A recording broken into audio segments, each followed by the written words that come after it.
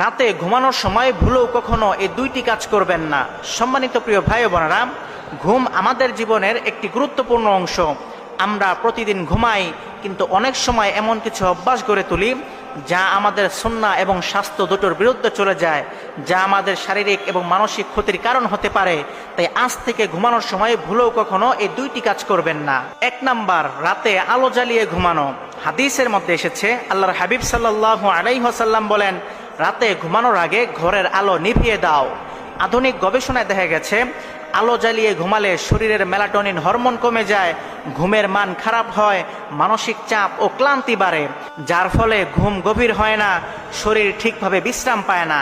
এজন্য যখন রাতের বেলায় ঘুমাতে যাবেন তখন ঘরের আলো নিভিয়ে দিবেন। 2 নাম্বার, বাম কাত হয়ে ঘুমানো। আল্লাহর হাবিব সাল্লাল্লাহু আলাইহি ওয়াসাল্লাম হাদিসের মধ্যে বলেন, তোমরা ঘুমানোর সময় ডান কাত হয়ে ঘুমাবে। বিজ্ঞান বলছে বাম